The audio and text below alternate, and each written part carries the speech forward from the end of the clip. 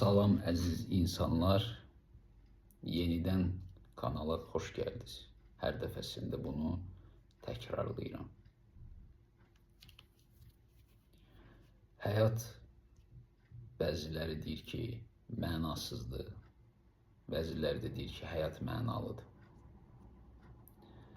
Burada söhbət insanın səmimiliyindən və insanda olan cəsarətdən gedir. Məsələn,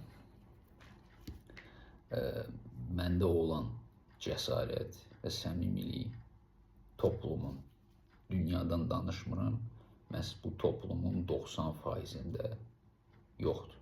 Sadəcə bu cəsarət və bu səmimilik antikvariat kimi bir şeydir. Yəni çox bahalı bir şeydir və bu bahalı olan bir şeyi digərlərinin qarşısına qoymaq, göstərmək olmaz təbii ki. Əgər və bu cəsarətlə səmimilik egoizmi yanında getməməlidir. Yəni sizin gördüyünüz bir çox cəsarətli insanlar əslində egoist insanlardır. Yəni elədikləri bütün hərəkətləri ona görə edirlər ki, diqqət qazansınlar. Məsələn, Lev Tolstoyun böyük bir yaşadığı yerdə böyük bir göl var idi. O da 9 yaşlı uşaq idi. Getdi özünü atdı onun içinə ki, mən bunun dərinliyinə çatacağım. Məni hamı tanısın, hamı məni bilsin deyə. Təbii ki, boğulacaqdı onun içində. Üzgüçülər girib onu oradan, o göldən çıxartdılar. Amma bu egoizmdir. Məsələn, döyüşçülərin döyüş zamanı irəli atılıb, urra qışqırmaları, düşmənin qarşısına atılmaları belə. Silah sursat, hər bir şey atırlar, silahla qaçırlar qabağı. Bu cəsarət deyil, bu sadəcə göstərişdir. O özü tək olsaydı, bunu heç vaxt eləməzdi. Məsələn, siz görürsünüz ki, bəzi videolarda müəyyən insanlar yığışır və etiraz edirlər, etirazlarını bildirirlər. O polislər də gəlirlər, indi görmürsünüz videolar. Birini vurur, birini başından vurur, birini götürür, birini itələyir, birini belə yerlə sürüyür. Niyə bunu eləyirlər? Çünki o bilir ki, bunun yanında bu qədər adam var. Əgər o polis orada tək olsa və ətrafında bu qədər adam olmasa, o bunu eləyə bilərmi? Hə? Yox. O öz etirazını, yəni o insan kimi davranacaq, düzdür? Çərçivələr şəklində davranacaq. Amma insanlar etiraz eləyəndə və bunların sayı çox olanda belə edirlər. Bu, həm bunlara aiddir, həm də ki, digər tipajda olan adamlara da aiddir də, yəni.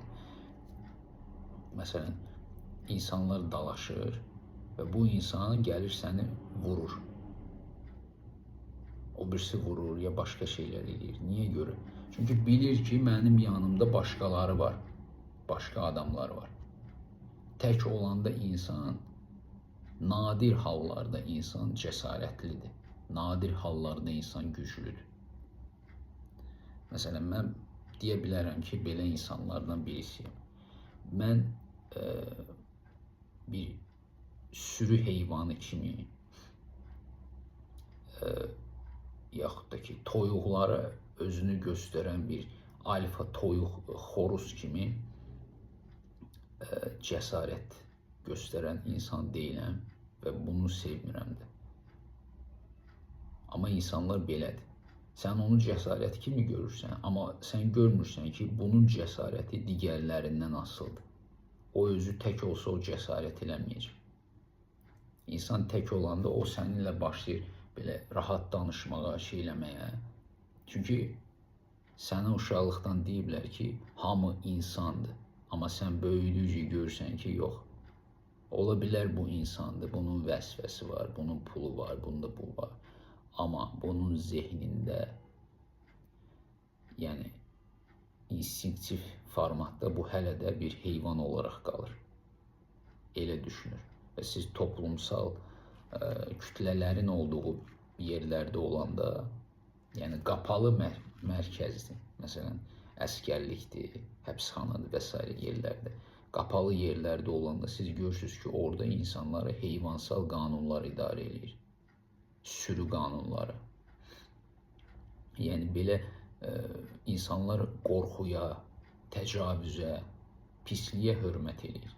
İnsanlar şəxsiyyətə, mənəviyyata, dürüstlüyə, vicdana hörmət eləmir. Məsələn, adicə bizim komandirimiz var idi. 2 dənə idi. Biri əvəz edici idi. Biri yaxşılıq eləyirdi, ona hörmət eləmirlər. Biri isə cəzalandırırdı və axmaqlar ona hörmət eləyirdi. Çünki bu insanın psixikası, biologiyası belə işləyir. Və sən bunu görməyənə qədər sən avtomatik o uşaq kimi hər kəsin insan olduğuna, 17-ci əsr fransız mənəviyyat, 18-ci əsr fransız mənəviyyatçıları, maarifçiləri kimi hər bir kəsin insan olduğuna, humanizmin olduğuna, insanın ruhunun Allahdan gəldiyinə inanırsan. Amma bu belə deyil. Və sən bu faktla, gerçəkliklə, həqiqətlə qarşılaşmaq istəmirsən ki, insanların çoxsu adam ola bilər, adam kimi görünə bilər, amma heyvan rejimində yaşayır. Və bu mənəviyyat ona görə lazım idi ki, insanı heyvan rejimindən çıxardasan. Və min illər ərzində görürsünüz ki, tək-tük hallarda nadir insanlarda, məsələn, gözəl xüsusiyyətlər var. Adətən bu insani xüsusiyyətlər heyvani instinktlərlə birləşmiş bir xaotik formada mövcuddur insan içində. Məsələn, insan dua eləyir, yaxud da ki, oruç tutur. Orucun bitdiyi gün gedir araq içir. Onun üçün bu normaldır. Bu normaldır onun üçün. Və bunu niyə görə eləyir? Çünki Allahdan bağışlanma istəyir, pul istəyir, sağlamlıq istəyir. Çünki insanın yaşı az olanda insan cəsarətli ola bilər, özgüvənli ola bilər. Amma insanın yaşı artdıqca bədəni qocalır və o demək deyil ki, insan mərhəmətli olur, anlayışlı olur, dürüst olur, güya müdrikləşir. Yox, insan qocaldıqca saflaşmır, daha da eybəcərləşir və heyvanlaşır, hiyləgərləşir. Bu qocalan insan neynir? O görür ki, fiziki olaraq artıq zəifdir, mübarizə apara bilmir, sağlamlığı yerində deyil və başlayır yaxşı dayday, yaxud da ki, yaxşı ağbirçə, yaxşı nənə, gözəl bacı rolunu oynamağa. Niyə? Çünki necə ki, heyvanlar aləmində parazitlər gizlənməyə xoşlayırsa, bəzi varlıqlar niyyətlərini gizlədirsə, bu da elə niyyətini gizlədir. Azərbaycanda belə bir söz var. Şirin dil ilanı da yuvasından çıxardır. Yəni, sənə deyirlər ki, şirin dil də hiyləgərlikdir.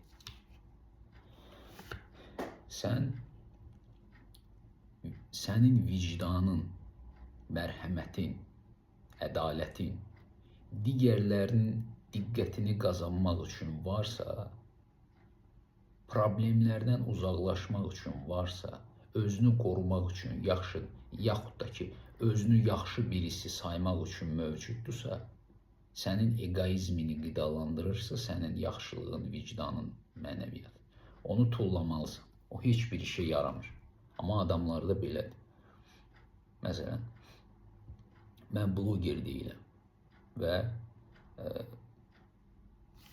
fiziki xarici görünüşümə fikir vermirəm. Məsələn, bir eybəcər insan olaraq mən çalışmıram ki, mənə baxsınlar, diqqət eləsinlər, fikir versinlər, diqqət qazanım. Çünki bu mənə lazım deyil. Səmimilikdə, yenə deyirəm, özüm qədər səmimi bir insan görməmişəm. Hər zaman insanlarla səmimi olmuşam, amma görmüşəm ki, insanlar nə isə gizlədiblər. Çünki məndən fərqli olaraq insan hər zaman çalışır qorxu rejimində yaşasın. Ləyaqətini, qürurunu qorumağa çalışır. Bir çox insanlar burada, qadın kişi mənə cəsarətdən danışmışdı. Bu 2 illik YouTube fəaliyyətində. Amma dərinliyə baxanda görsən ki, bu cəsarət deyil. Bu özünü aldatmadır. Və insanlar məni də tənqid eləyiblər. Məsələn, məni məqsədsiz olmaqda, eybəcər olmaqda, bədbəxt olmaqda, heç nə eləməməkdə, negativi yaymaqda, mənasızlığı yaymaqda şey eləyiblər, günahlandırıblar ki, sən belə birisən, sən negativi yayırsan, mənasızlığı yayırsan. Bu həyat mənasız deyil. Nə də ki, həyatın mənası da yoxdur. Siz anlamırsınız ki, həyat çox çox stullar olan bir zala bənzəyir. Sən hər zaman bir stuldan o bir stula oturursan və heç zaman 2 stulda oturmursan. 2 stulda oturmaq istəmirsən. Sən hər zaman bir stulda oturursan. Amma sənə çatmır ki, sən hər zaman stuldan stula keçirsən. Bir stuldur da, stul fərqi yoxdur. Oturmursan, belə dəyişirsən. Bu bizim gerçəkliyimizdir. Mən bloger olsaydım, xarici görünüşümə fikir verərdim. Səmimi olmaz. Məsələn, səmimi olduğum insanlar var idi. Bu YouTube'dan və mənə çoxlu sayda problemlər yaradanlar. İndi onların özlərinin adını deyə bilmərəm, çəkə bilmərəm. Çünki onların bir jest olaraq problem filan yaratmaq istəməzdim onlara. Amma tanıdıqca ən çox da qadınları gördüm ki, həqiqətən də şizofreniya normal bir şey çevrilib. Mən düşünürdüm ki, mən yəqin anormalam, amma bu insanları tanıdıqca gördüm ki, yox, mən sağlam bir insanam. Psixikam sağlamdır. Çünki sağalmaq üçün nə qədər ağır acı olsa da sən öz egoizmini bir kənara qoymağı bacarmalısan. Mən bir dəfə də olsun öz nəfsi ilə, öz ağrısıyla, acısıyla mübarizə aparan bir insan görmədim. Bunun üçün isə sən Allaha inanmalısan, yaxşılığa inanmalısan, mərhəmətə inanmalısan. Sən bunlara inanmırsansa və filosofluq eləyirsənsə, sən dəyişilməyəcəksən. Sən bunlara inanırsansa və inanmırsansa və psixoloqluq eləyirsənsə, sən dəyişilməyəcəksən.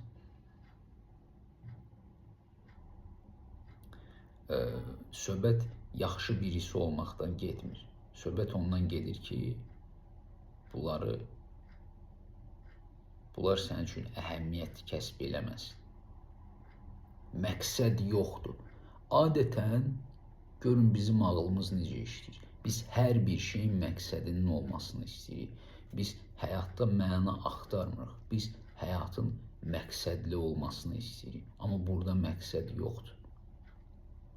Yəni, Van Gogh'un yaşadığı həyat, bir də ki, 1 milyonçunun yaşadığı həyat arasında heç bir fərq yoxdur.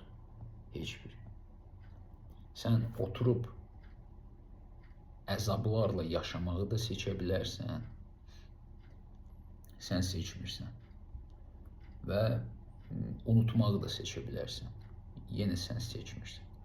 Mən hər zaman deyirəm ki, o deyir, Allah yaradı, biz də köləyik. Biz belə var, belə yaşayırıq. Bir insan əzab çəkirsə, sən ona qayıdıb deyirsən ki, yox, sənin ruhun var, azad iradən var, ağlın var, sən dəyişə bilərsən, sən psixoloqa gedə bilərsən, ona müraciət edə bilərsən, sən bunu eləyə bilərsən. Sən bunu deməyinə, sən onun egosunu gücləndirirsən. Sən ona elə bir sübut edirsən ki, səndə bir şey var. Səndə bir şey var ki, bu sənə irəliləməyə köməklik eləyəcək. Sən böyüyəcəksən. Sən varsan. Amma əslində sən ona başa salmalısan ki, sən deyə bir şey yoxdur. Əgər sən əzab çəkirsənsə, bunu Allah əzab çəkir. Və bu belədir. Bizim egomuz bunu qəbullana bilmir. Məsələn, musiqisiz həyatı, əyləncəsiz həyatı, informasiyasız həyatı, rəngsiz həyatı bizim egomuz, cahilliyimiz qəbullana bilmir. Biz əzab çəkirik, tutaq ki. Biz bunu qəbullana bilmirik. Çıxış yolu olmalıdır, çıxmaq lazımdır, nəsə eləmək lazımdır. İndi görürsünüz, Əyyub Peyğəmbər illər ərzində əzab çəkdi. Axırda 7 dostu gəldi, nəysə söhbətlər gedir Əyyubun kitabında, sonra fırtına gəlir, Allah oradan danışır. Allah onunla danışanda nə deyir? Deyir, bax, Leviafan adında bir varlıq var da, o dənizdə yaşayır, böyüdür, dişləri belədir, özü belədir. Niyə bu haqda danışır? Çünki deyir ki,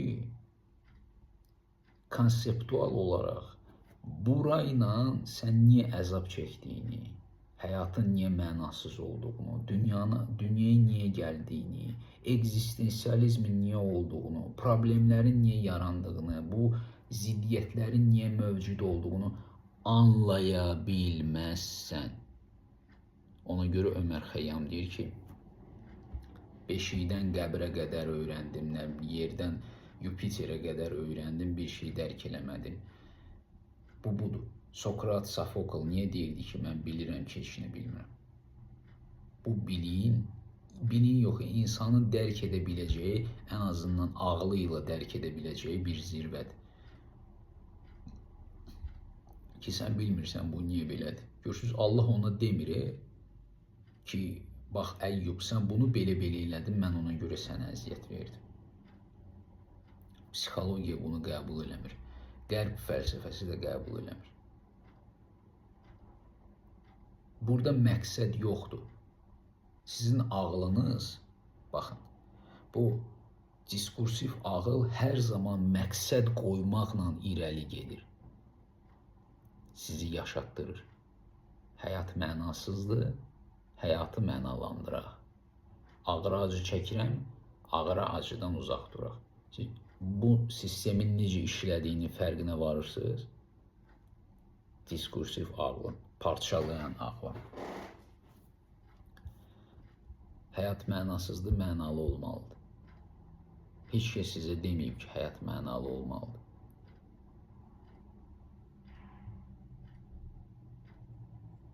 Həyat mənasızdır və siz bunu qəbul eləmirsiniz. Həyat mənasızdır, problemlidir, buradan getmək lazımdır. Mən yenə deyirəm, heç kəsin düşüncəsi məndə negativ bir reaksiya yaratmır. Məsələn, insan deyir, həyat mənasızdır, ağrı, acı doludur, buradan getmək lazımdır. Mən ona qayıdıb deməyəcəm ki, yox, sən yanlış deyirsən, sən düz demirsən, sən düz fikirləşmirsən, uğur qazanmaq lazımdır, mübarizə aparmaq lazımdır, həyatda məqsədlərə çatmaq lazımdır, yox. Çünki həyatın mənasızlığını dərk eləmək sənin müdriklüyə gəlib çıxmağına köməklik eləyəcək. Çünki bu həyatda paradoksal həqiqətlər ən dəqiq həqiqətlərdir. Həyatda uğur qazanmaq səni müdrikləşdirməyəcək. Həyatda peşman olmaq səni müdrikləşdirəcək. Necə ki, müharibələr inkişaf gətirirsə, müharibələr olmasaydı, indiki texnologiyalar, indiki dünya olmazdı. Eləcə də, bax, bu pis negativ dediyimiz mənasızlıq, anlamsızlıq, ekzistensial acılar, olmaq, olmamaq sualları, seçmək, seçməmək, azad iradə olması, olmaması, peşmançılıqla yekunlaşanda, peşmançılıq nəticəsinə gəlib çıxanda, bax o zaman sən bu mənalı, mənasız axtarışlardan azad olacaqsan. Yenə deyirəm sənə, bax, sual verir. Həyatın mənalı olmağı, mənasız olmağı sənə vacibdir, yoxsa azad olmağın vacibdir? Azad seçim haqqı, azad iradə seçim haqqının olub olmamasından azad olmaqdır. Bunu bilmək lazımdır. Sən seçmək məcburiyyətində qalmırsan, sən düşünmək məcburiyyətində, iblisi işlətmək məcburiyyətində qalmırsan, sən yerin dibinə düşən, ağra acılarla qoynun içində özünü müzakirə edən, analiz edən, suallar verən, sorğulayan birisinə çevrilmək məcburiyyətində qalmırsan. Çünki sən bundan azadsan. İstəsən oynaya bilərsən təbii ki, amma sən bundan azadsan. Bizim zehnimiz boşluqdan qorxur. Mənasızlıq, peşmançılıq boşluğa gətirib çıxardır, düzdür? Bura isə əyləncədir. Yəni böyümək sənin elə bu mənasızlığa, boşluğa gəlib çıxmağındır. Paradoksal da olsa bu belədir. Mən demirəm, sənin egon elə hiyləgərdir ki, sən deyəcəksən ki, yaxşı götürək bu peşmançılığı, boşluğu, mən olacağım kobud, quru, soyuq bir insan və müdrik olacağım. Hissiyatımı öldürəcəm və belə olacaq. Sən bədəninin hissiyatını heç cür öldürə bilməzsən, sən bir şey eləyə bilməzsən. Bildiniz? Nə baş verəcək? Heç nə. Olduğun kimi olacaqsan. Sadəcə burada həyat niyə mənasızdır, niyə mənalıdır, ağır acı doludur, məqsədlərə çatmaq lazımdır və s. Bu cür fəlsəfələr səni maraqlandırmayacaq, sənə əhəmiyyətsiz gələcək, heç bir məna kəsb eləməyəcək. Bildiniz? Çünki bu bizim gerçəkliyimizdir. Bu bizim həyatımızdır. Bizim ağlımız daima qorxur. Onu bilin ha, bilin. Zehin, yəni ağılda, diskursiv ağıl. Bax bu instinktləri, heyvansal instinktləri götürüb neokorteksdə insan illüziyasını canlandıraraq, sizin insan olduğunuza inanaraq bu instinktləri toplumda yaşamaq üçün istifadə edir və beyin toplumda yaşamaq üçün, psixika toplumda sağ qalmaq üçün bir mənliyi uydurur. Bu mənliyi də nə edir? İnkişaf edir, təkamül edir. Ata-ana, dostlar, sonra məna filan oxuyur, onu eləyir, sonra deyir, filosof olmaq lazımdır, dindar olmaq lazımdır, məna tapmaq, ekzistensializm, yaxud da ki, heçlik, boşluq və s. Bu mənlik özünün mövcud olmadığının fərqinə vara bilmir. Məna kimə lazımdır? Yaxud da ki, sual verin, məna, həyatın mənası kimə lazımdır? Həyatın mənasızlığından kim əziyyət çəkir? Mən kiməm sualı? Mən kiməm? Bax, bu mən kimdir də? Bu sadəcə toplumun sənə bəxş elədiyi, elə bilir.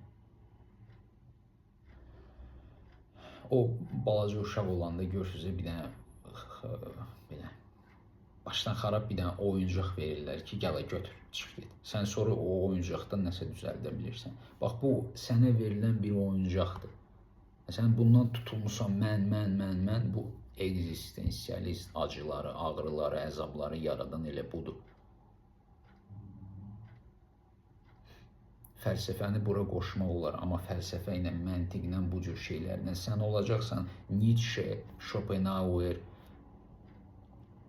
Immanuel Kant, Søren Kierkegaard, Jean-Paul Sartre, Albert Camus, bunlardan birinə çevriləcəksən. Amma azad ola bilməyəcəksən bundan.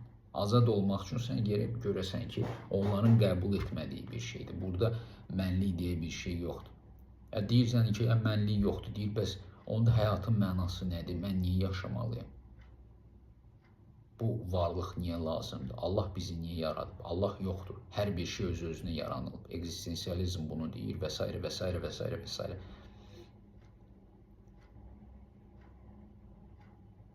Gördünüz, ağıl yenə buradan qaçdı. Çünki mənlik yoxdursa bu suallar kimə lazımdır? Bu suallar sadəcə sizin baxın, siz bu fikirlər gəlir, sən onun dalıca qaçanda elə bir itdir də, hav, hürdü, sən daşı götürürsən, qaçırsan onun dalıca, getdi, ora getdi, bu bura, sən ora getdi, sən bura getdin, ora getdi, sən bura getdin. Bunun dalıca qaçmaq lazım deyil. Sən dalıca, fikrin dalıca qaçanda, onu böyüdəndə o artıq mürəkkəbləşir və sən düşünürsən ki, diqqət, sən düşünürsən ki, həmin bu fikir daşlaşır, reallaşır, reallığa çevrilir. Sən ona artıq toxuna bilirsən, hiss eləyə bilirsən onu. Amma o əvvəlcədən belə deyildi. O sadəcə belə oldu, getdi. Məsələn, oturmuşsan, ağlından fikir keçir. Həyat mənasızdır, yaşamaq mümkün deyil. Gördünüz, deyildi, yoxa çıxdı. Amma sən bunun ilişsən, bir filosof kimi dalıca getsən, ağıl öz-özündən fikirləri ürüdəcək. Deyəcək, bu kitabları oxu, kitablara müraciət elə, onu elə, bunu elə və səni dibiyə soxacaq. Yenə deyirəm, iblisin əsas məqsədi odur ki, siz mənasızlığa, boşluğa qapılasınız, axırda belə eləyəsiz, yaxud da ki, belə eləyəsiz, yaxud da ki, belə eləyəsiz və gedəsiz bu dünyadan. Yəni ki, özünüzü yox eləyəsiz ki, o da sizdən istifadə eləsin. Əslində, bu diskursiv ağıldır. Azad olmaq o deməkdir ki, bu fikirlərin sadəcə fikir olduğunu görməlisiniz siz. Yəni, onların bir mürəkkəbliyi yoxdur. Gördünüz? Onlarla mübarizə aparmaq, onların dalıca getməyə ehtiyac yoxdur. O yarandı. Məsələn, mən oturmuşam belə, birdən-birə qorxu fikri gəldi. Qorxu. Yaxud da ki, səni zibil yerinə qoydular. Qorxu. Mən buna baxsam, böyütsəm, nə olacaq? Daşlaşacaq. Ona görə Dzogchen deyir ki, bizim bütün problemlərimiz belə yarandı. O köhnə nənə babalar deyirdi, düşünmə. Onlar əslində düzgün bir şey deyirdi, çox düşünmə. Çünki sənə elə gəlir ki, sən otursan, düşünürsən, ay Allah, mən böyük bir filosofam, mən ağıllı bir insanam, mən məntiqçi bir adamam. Bu bir şeyə gətirib çıxarmır. Savadlı insan olmaq sən düşünməyinə filana gətirib çıxarmır. Məsələn, görürsünüz, savadlı insandır. Mənim dediyim fikrə ki, kişi qadının dalıca qaçmamalıdır, kişi qadından asılı olmamalıdır. İnsan mənə impotent yazır. Güya ki, dediyi söz mənə toxunur. Tutaq ki, əslində impotent olsam. Yəni, mən bundan qaçacam mı? Qorxacam mı mən bundan? Biabır mı olacam? Rüsvay mı olacam? Gördünüz, mən Azərbaycanlının qorxularını ortaya çıxardırım. Rüsvay olmaq, biabır olmaq, cəmaat nə deyər? Və sən oturub Allahı düşünəndə, sən fərqinə varmırsan ki, Allaha olan ehtiyacının kökündə insanlar nə deyər düşüncəsinin əlamətləri var. Sən bunun fərqinə varmırsan. Uşaqlıqda sən düşünürdün ki, anam, atam, insanlar nə deyəcək? Belə görün, yaxşı, mən yaxşı, belə yaxşı. Bununla Allaha ehtiyacım var, Allah məni sevsin, Allah məni qorusun, Allah belə eləsin. Heç bu fikir arasında heç bir fərq yoxdur. Bu ikisi də eyni şeydir.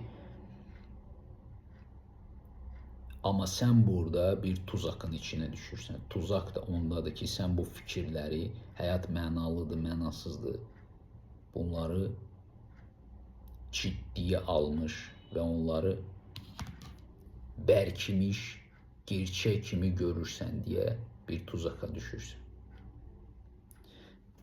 Onlar gerçək deyil. Trekço praktikasından danışaq. Evet, Tibet Budizmində Dzogchen'in bizə verdiyi Trekço praktikasını vermək istəyirəm sizə. Deməli, oturursunuz, Dzogchen'də gözlər bağlı olmur. Çünki gözlər bağlı olanda sən başlayırsan fantaziyalar yürütməyə. Oturursan, sakitcə nəfəs alırsan, ondan sonra nə edirsən? Ondan sonra baxırsan qabağa. Qabağında nə var? Tutaq ki, mənim qabağımda indi divardır. Divara baxırsan. Sakitcə oturmuşsan, əllərini qoymuşsan, belə baxırsan. Fikir gəldi. İstər-istər. Sən bu fikirləri yaratmırsan. Sən onların sahibi deyilsən. Sən onların dalıyca qaçmağa məcbur deyilsən. Sən o vaxt ağa olursan ki, it gəlir, hav hav hav, hürürsən, fikir vermirsən. O zaman ağa olursan sən. Amma hər gələn itin dalıyca qaçırsansa, sən ağa ola bilirsən. Yox. Fərqindəliyin artması bu deməkdir. Fikir gəldi. Və yenə deyirəm, bunların hamısına mən fikir deyirəm. Mən demirəm bu fəlsəfi fikirdir, bu o fikirdir, bu fikirdir, bu fikirdir. Bəli, ağıl çox şaxəlidir, mürəkkəbdir və bu dünyanın, gerçəkliyin, mövcudluğun yaradıcısıdır. Atomlar da o yaradıb.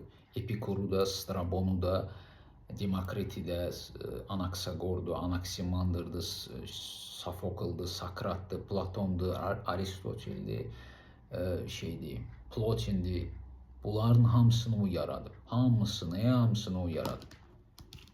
Məsələn, Paltaruyan haqqında fikir gəldi, yaxud da ki, həyatın mənasızlığı, bu fikir gəldi. Heç bir fərq yoxdur. Fərqləndirən siz olursunuz. Gəldi. Görürsünüz, baxırsınız. Ne edirsiniz? Gəldi, baxırsınız. Düz onun mənbəyinə baxırsınız. Harda yarandı, necə yarandı, nə üçün yarandı, nəyə yapışdı, mənbəyi nədir? Diqqətlə izləyirsiniz onu. Hara gedəcək, nə edəcək? Düşünmədən, dalıyca qaçmadan və onu boğub sıxmağa çalışmadan sadəcə baxırsınız. Elə bir televizorda seriala baxırsınız da, buna da baxırsınız. Bunun kökəninə baxanda yox olacaq, yoxa çıxacaq və yavaş-yavaş yoxa çıxacaq. Yavaş-yavaş. Müşahidə eləmək lazım deyil. Müşahidəçi kimdir və s. yox, sadəcə baxırsan. Bizim egomuz sadə praktikaları qəbul eləmir. Sadə həyatı da qəbul eləmir. Hər yerdən də bizim egomuzu tıklamağa, tutmağa çalışırlar. Elə bir qarmığı keçirilməyə çalışırlar. İçimizdəki acıq, qıcıq, nifrət və s. egoizmi tuturlar da ətraf aləm. Gedirsən belə deyirlər ki, bax, ən yaxşı telefondur, bir 50 manat ucuzlaşıb. Ağlında fikir almaq lazımdır. Sən idarə eləmirsən bu fikirləri, onlar öz-özünə yaranır. Və əsas sual mən kiməm sualıdır. Mən kiməm, bunlar kimə gəldi? Bu praktikanı eləyəndə bu fikir gəldi, baxdın ona, baxdın, analiz eləmədən, dərinliyə getmədən, o da yoxa çıxır, gedir. Vəssalam.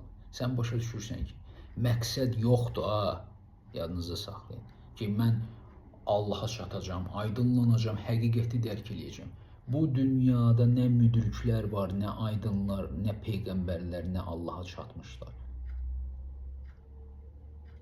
Sadə insanlar qalır. O müdrik dediyimiz elə sadə bir insandır. O demək deyil ki, o ağlındakı fikirləri idarə edir. Yaxud da ki, Osho'nun dediyi o cəfəngiyat. ki, güya sən 40 dəqiqə ərzində ağlına heç bir fikir gəlmirsə, sən aydınlanmırsan. Yox. Sən fikirləri idarə eləyirsən, onları sən yaradırsan ki, onların necə olduğunu deyəsən. Sənin, ay qadın, ay kişi, sənin ağlında gedən hətta düşünmə prosesini belə sən idarə eləyə bilmirsən. Onun necə yarandığını bilmirsən. Bax, mən indi danışıram, fikirlər gedir, o qədər konsepsiyalar keçib bu 35 dəqiqə ərzində. Düzdür. Sizcə mən bunu idarə edirəm, mən bunun sahibiyəm? Yox, bunlar öz-özünə gedir. Kim var burada? Mən varam, mən bu şəxsiyyətəm, mən bu bədənəm. Bu bədən arasındayım, bu bədən mənə aid deyil, bu öz-özünə mövcuddur, öz-özünə yaranıb, öz-özünə də ölüb gedəcək. Mən ruham, ruh buradadır, cəfəngiyatdır axı bu. Ya beynin içindəyəm, ətəm sümüyəm, beynin içindəki bu elektrik proses məni yaradır. Yox. Sadəcə bu ağıl, heyvansal ağıl, instinktiv ağıl. Sən toplumda yaşayırsan deyə sənə belə bir mənlik yaradır. Sən də tık oradan nə yığıldı, nə zirzibil yığıldı mənliyə. Sənin ailəndən, təcrübəndən asılıdır. Yaşadığın mühitdən asılıdır. Sən belə birisinə çevrilirsən. İndi təsəvvür edin ki, mən Yaponiyada, məsələn, kənddə yaşayıram, dağın başında. Təbii ki, başqa birisi olacaq. Ego qorxur. Necə yəni, bu mən deyiləm və mənim şəxsiyyətim, və mənim tarixim, və mənim qazandıqlarım, uğurlarım. Necə yəni, mən heç kiməm.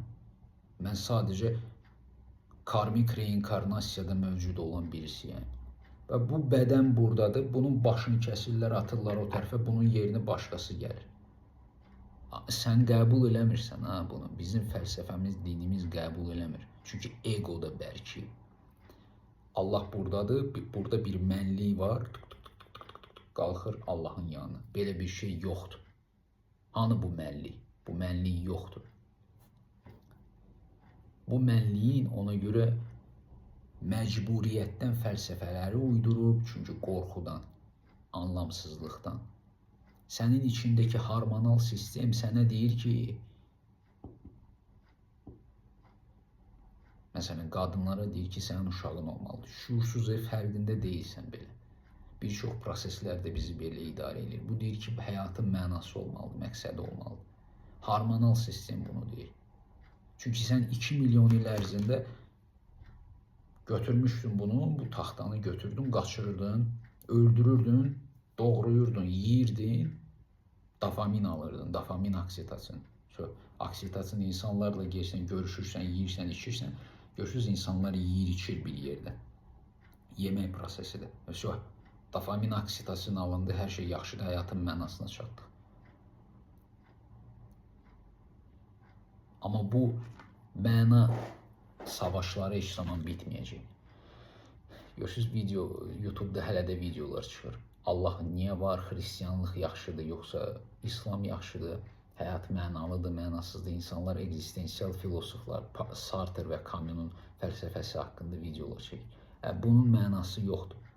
Əsas olan sualdır ki, bu məna kimə lazımdır? Kim bu mənadan? Bu mənasızlıq kimi boğur? Həyatın əzablı olması kimi boğur? Kimə təsir edir? Qorxan kimdir? Sən bu sualları elə belə vermirsən. Narahatçılıq, təşviş qorxudan yaranır. Kimdir qorxan? Bax, bu sualı özünə ver. Mənim içimdə qorxan kimdir? Bu mənlik nədir belə? Həyat da sənə deyir ki, ay bala, gəl öyrədim də sənə.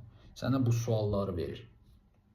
Mən deyə bilərdim ki, mənasızlıq filan ona görə var ki, siz həyatınızı dəyişəsiz, yeni yerlərə gedəsiz və s. Yox, bu mənasızlıq, puşsuzluq, boşluq, anlamsızlıq, peşmançılıq ona görə var ki, siz inkişaf eləyəsiz deyə yox. Ona görə ki, sən öz içinə gedəsən və oyanasan. Sənin müdrikləşməyin o zaman başlayır. Ondan əvvəl sən sadəcə özünü inkişaf etdirmə oyununun, cahilliyin, yalanların içində qalan birisisən. Bu qədər. Ona görə gördünüz, yenə heç bir nəticəyə gəlib çıxmadım, dəqiq danışmadım, Demək olar ki, heç nə danışmadım, heç bir məlumat vermədim. Danışdıqlarımın hamısı boş oldu, puç oldu, çıxdı, getdi. Azad oldu. Yapışdırmalıyam mı? Mənimsəmə olmalıdırmı? Deməliyəmmi bunlar mənimdir, mənim uğurumdur, mən elədim, mən dedim. Yox. Siz də azad olmalısınız. Məcburiyyət yoxdur, məqsəd yoxdur. Azadlığı məqsədə çevirməyin. Azadlığı məcburiyyətə, məqsədə çevirməyin.